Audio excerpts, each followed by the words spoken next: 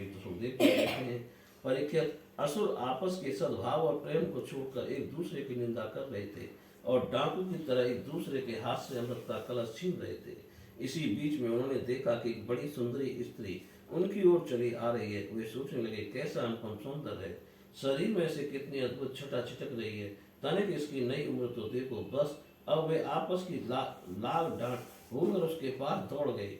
उन लोगों ने काम मोहित होकर उससे पूछा, कमल नयनी, तुम कौन हो, कहाँ से आ रही हो, क्या करना चाहती हो सुंदरी, तुम किसकी कन्या हो, तुम्हें देखकर हमारे मन में खलबली मच रही है।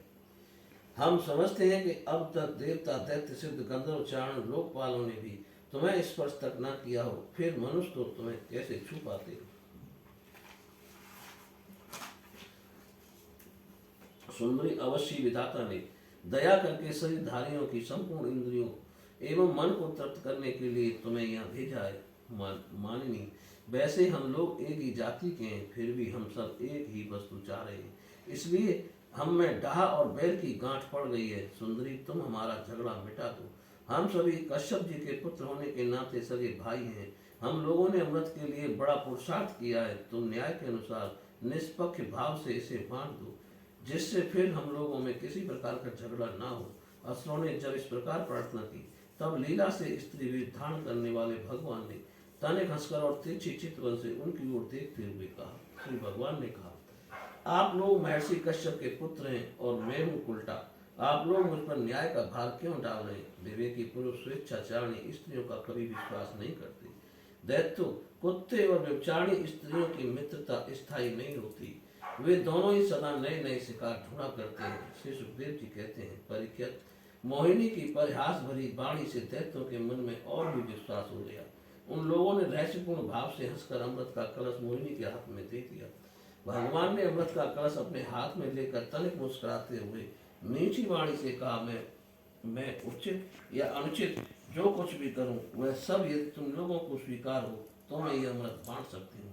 बड़े बड़े दैत्यों ने मोहिनी की यह मीठी बात सुनकर उसकी बारीकी नहीं समझी, इसलिए सबने एक स्वर में कह दिया, स्वीकार है। इसका कारण यह था, उन्हें मोहिनी के वास्तविक स्वरूप का पता नहीं था।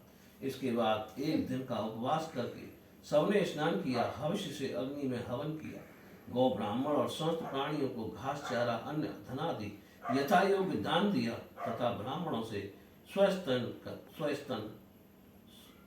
यन कराया। अपनी अपनी रुचि के अनुसार सबने नए नए वस्त्र धारण किए और इसके बाद सुंदर सुंदर आभूषण धारण करके सबके सब उन कुशा आसनों पर बैठ गए, जिनका अगला हिस्सा पूर्व की ओर था। जब देवता और दैत्य दोनों ही धूप से सुगंधित मालाओं और दीपकों से सजाए भव्य भवन में पूर्व की ओर मुंह करके बैठ गए, तब हाथ में अमृत का कलश लेकर मोहिनी सभा मंडप में आई। वह एक बड़ी सुंदर साड़ी पहने हुए थी। नितंबों के भार के कारण धीरे धीरे चल रही थी, आंखें मत से भेल हो रही थी। कलश के समान स्तन और गज शावक की सूंड के समान जंघाएं थी। उसके स्वर्ण नूपुर अपनी झनकार से सभा भवन को मुखरित कर रहे थे।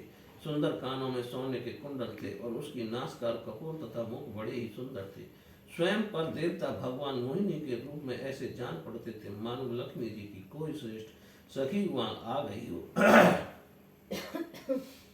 मोहिनी ने अपनी मुस्कान भरी चितवन से देवता और दैत्यों की ओर देखा तो वे सब के सब मोहित हो गए। उस समय उनके स्तनों पर से अंचल कुछ खिसक गया था। भगवान ने मोहिनी रूप में यह विचार किया, असुर तो जन्म से ही क्रूर स्वभाव वाले हैं, इनको अमृत पिलाना सर्पों को दूध पिलाने के समान बड़ा अन्याय होगा, इसलिए उन्होंने असुरों को अमृत में भाग नहीं दिया। भगवान ने देवता और असुरों की अलग अलग पंक्तियां बना दी और फिर दोनों कतार बांध कर अपने अपने दल में बैठा दिए। इसके बाद अमृत का कलश हाथ में लेकर भगवान दैत्यों के पास चले गए। उन्हें हाव भाव और कटाक्ष से मोहित करके दूर बैठे हुए देवताओं के पास आ गए और उन्हें अमृत पिलाने लगे, जिससे पी लेने पर बुढ़ापे और मृत्यु का नाश हो जाता है। परीक्षित, असुर अपनी की हुई प्रतिज्ञा का पालन कर रहे थे। उनका स्नेह भी हो गया था और वे स्त्री से झगड़ने में अपनी निंदा भी समझते थे, इसलिए वे चुपचाप बैठे रहे। मोहिनी में उनका अत्यंत प्रेम हो गया था। वे डर रहे थे कि उससे हमारा प्रेम संबंध टूट न जाए। मोहिनी ने भी पहले इन लोगों का बड़ा सम्मान किया था, इससे वे और भी बढ़ गए थे।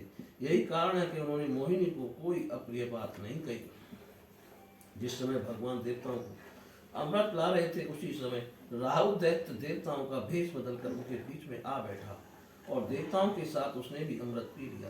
परंतु तत्क्षण चंद्रमा और सूर्य ने उसकी पोल खोल दी। अमृत पिलाते पिलाते ही भगवान ने अपनी तीखी धार वाले चक्र से उसका सिर काट डाला। अमृत का संसर्ग न होने से उसका धड़ नीचे गिर गया, परंतु सिर अमर हो गया और ब्रह्मा जी ने उसे ग्रह बना दिया। वही राहु पर्व के दिन पूर्णिमा और अमावस्या को वैर भाव से बदला लेने के लिए चंद्रमा तथा सूर्य पर आक्रमण किया करता है।